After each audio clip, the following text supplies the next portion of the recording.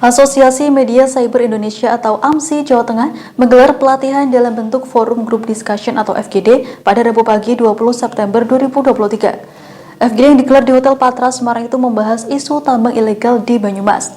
Peserta dari FGD tersebut diantaranya anggota AMSI Jawa Tengah dan sejumlah awak media di Kota Semarang.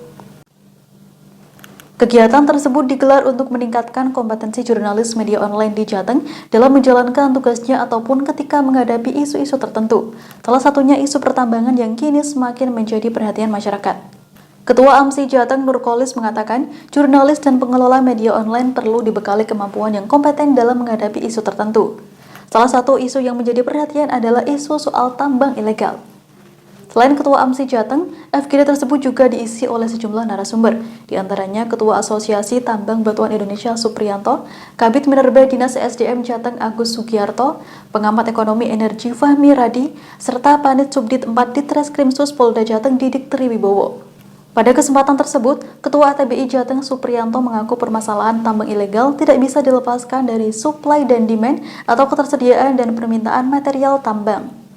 Menurutnya, untuk memenuhi kebutuhan bahan baku material tersebut, tak jarang pihak pelaksana proyek turut menggunakan jasa pelaku tambang ilegal.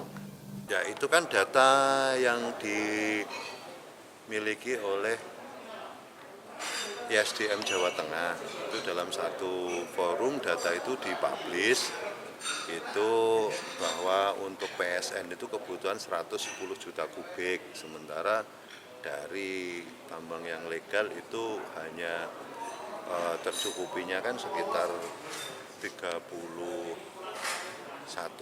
juta kubik gitu. Berarti masih ada kurangan itu antara 79 sampai 80 itu baru PSN sampai 2024. Kita belum bicara soal kebutuhan untuk proyek APBN, proyek APBD, provinsi, APBD kabupaten, kota, kebutuhan juga proyek-proyek swasta. Nah, itu kalau perkiraan kita di asosiasi sebetulnya kebutuhan material untuk semua itu kalau PSN aja 110 juta kubik, ya kebutuhan untuk total kebutuhan material itu bisa mencapai 500-an juta kubik per tahun.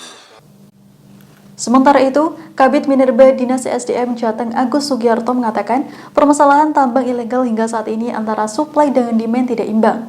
Apa yang disampaikan oleh ATBI merupakan kebenaran yang sama di lapangan. Agus juga mengatakan kebutuhan konstruksi di Jateng tidak diperhitungkan dan tidak dipertimbangkan sumbernya, sehingga tidak ada sinkronisasi oleh kabupaten dengan pemerintah pusat.